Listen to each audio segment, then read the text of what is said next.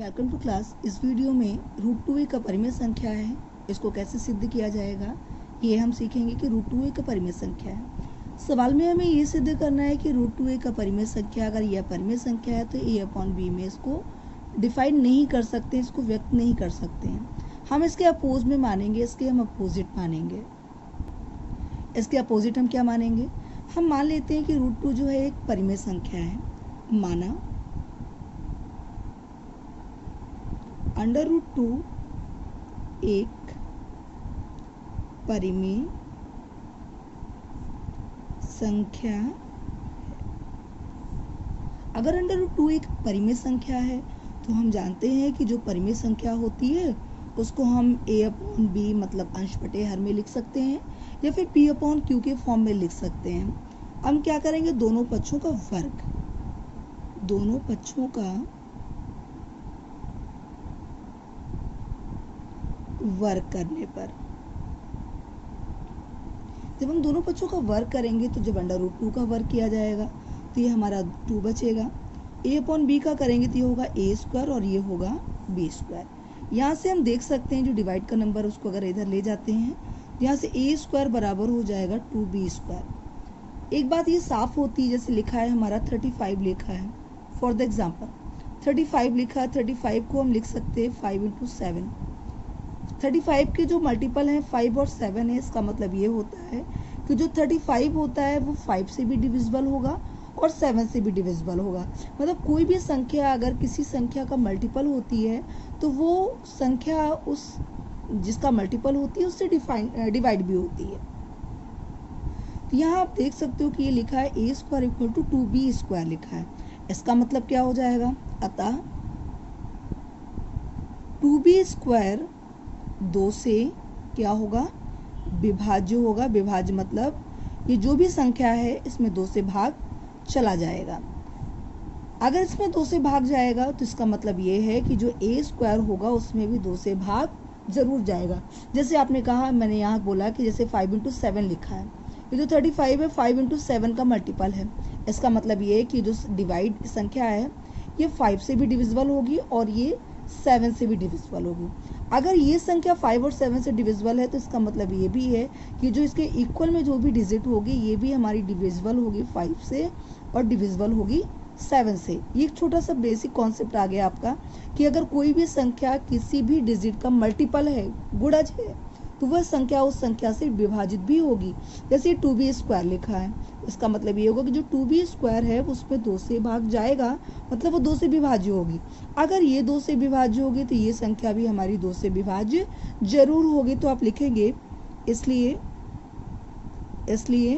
जो a square होगा वो 2 से विभाज्य होगा।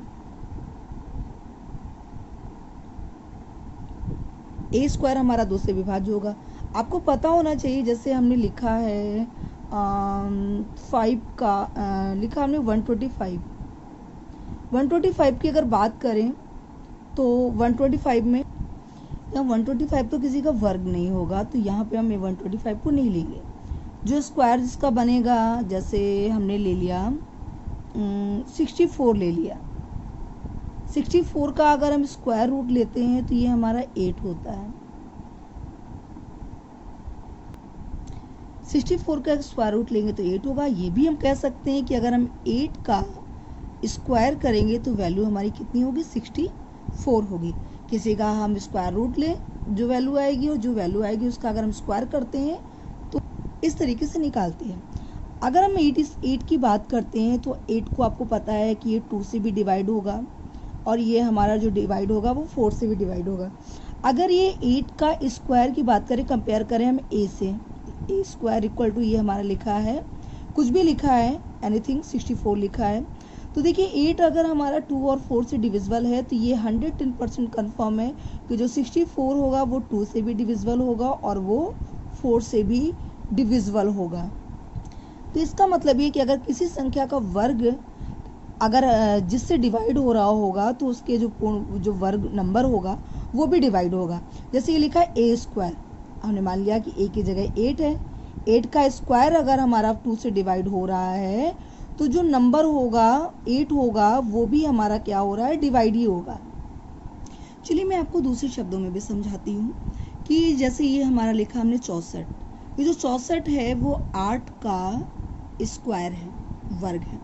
64 की अगर हम बात करें तो 64 हमारा 2 से भी विभाजित होता है, 4 से भी विभाजित होता है और ये हमारा 8 से भी विभाजित होता है। अगर ये 64 हमारा 2 और 4 और 8 से विभाजित हो रहा है तो इसका मतलब ये है कि जो हमारी संख्या 8 होगी, ये 8 भी हमारा 2 से, 4 से और 8 से विभाजित होगा। अतः ये आपने देखा है कि जो a square equal to 2b square, तो मैंने बताया कि 2b स्क्वायर 2 से विभाज्य होगा, a स्क्वायर भी 2 से विभाज्य होगा। तो इसका मतलब ये होगा कि जो a है वो भी a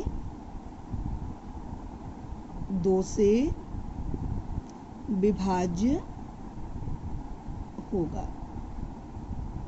a का मतलब यहाँ क्या था, 8 था, 64 था, 64 का वर्ग लेंगे अगर तो 8 आएगा। 8 की बात करते हैं तो वर्गमूल लेंगे तो 8 आएगा। और 8 में देखिए अगर 64 में 2, 4 और 8 से भाग जा रहा है तो 8 में भी 2, 4 और 8 से भाग जरूर जाएगा। तो इसलिए हम कह सकते हैं कि जो a होगा वो 2 से विभाज्य होगा। अगर कोई किसी संख्या से विभाज्य होता है तो उसको हम लिख सकते हैं, माना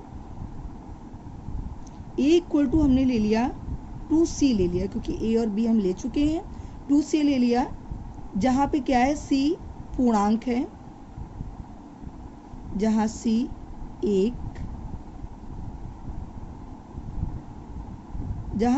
क्या है, पूर्णांक है। अगर हमने a की वैल्यू 2c ले ली है, इसको इक्वेशन हमने क्या ले लिया है, इसको इक्वेशन हमने ले ली है, इसको फर्स्ट ले लिया हमने। और a की वैल्यू हमने मानी कितनी है, a की वैल्यू हमने 2c मानी है। तो यहाँ पर हम समीकरण 1 में इसकी वैल्यू रख देंगे।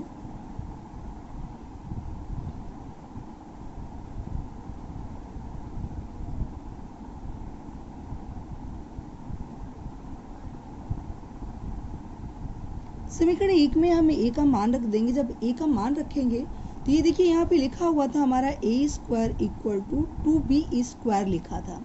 a की वैल्यू हमें रखनी है 2c, होल स्क्वायर चढ़ाया, ये हो गया 2b स्क्वायर हो गया। यहाँ की अगर वैल्यू की बात करें ये हो जाएगा 4c square equal to 2b square. ये हमारा मल्टीपल का नंबर डिवाइड में आएगा तो यहाँ से निकलेगा b स्क्वायर इक्वल टू आ जाएगा 2c स्क्वायर।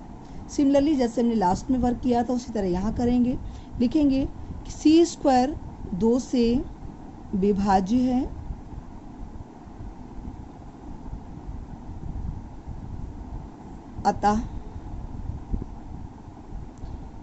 अतः जो b स्क्वायर होगा वो भी 2 से विभाज्य होगा, b स्क्वायर भी 2 से विभाज्य होगा।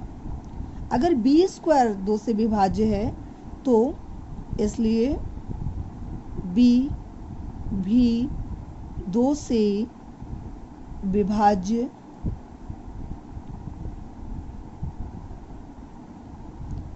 होगा।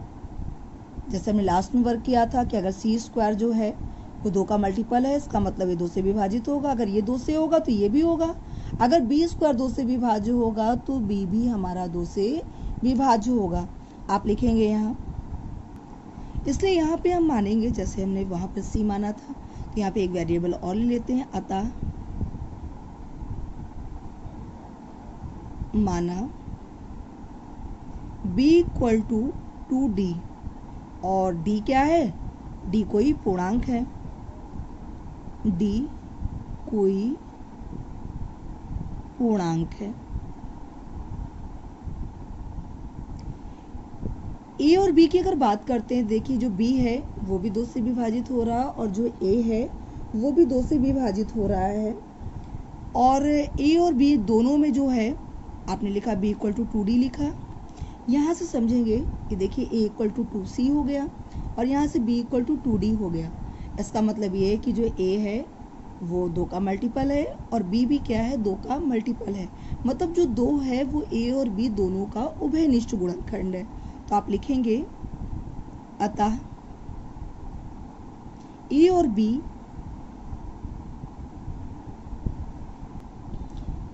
देखा हमने कि जो b है वो भी 2 का मल्टीपल है, a भी 2 का मल्टीपल है। इसका मतलब ये होगा कि a और b दोनों में 2 जो है वो कॉमन फैक्टर होगा, जिसको उभयनिष्ठ गुणनखंड कहते हैं। परंतु हमारा जो पहला कथन हमने माना हुआ था, जैसे हमने माना था कि a अपॉन b क्या है, परिमेय संख्या है। अगर ये परिमेय संख्या है तो फिर इसमें जो मल्टीपल होगा, अगर इसकी बात करें, इसमें कॉमन फैक्टर की बात करें तो वो एक ही होगा, एक के अलावा कोई और नहीं होगा। पर यहाँ पे हमें क्या मिल रहा है, a और b का एक कॉमन फैक्टर 2 भी मिल रहा है। हमने माना था कि ये परिमेय संख्या है और इसका एक के अलावा कोई और गुणनखंड नहीं होगा, पर हमारे अनुसार हमें प्राप्त हुआ है कि जो a और b है उसमें एक कॉमन फैक्टर 2 है और जो कि हमारे कथन का विरोध कर रहा है। अतः ये जो हमारी कल्पना है वो गलत है। √2 एक अपरिमेय संख्या है।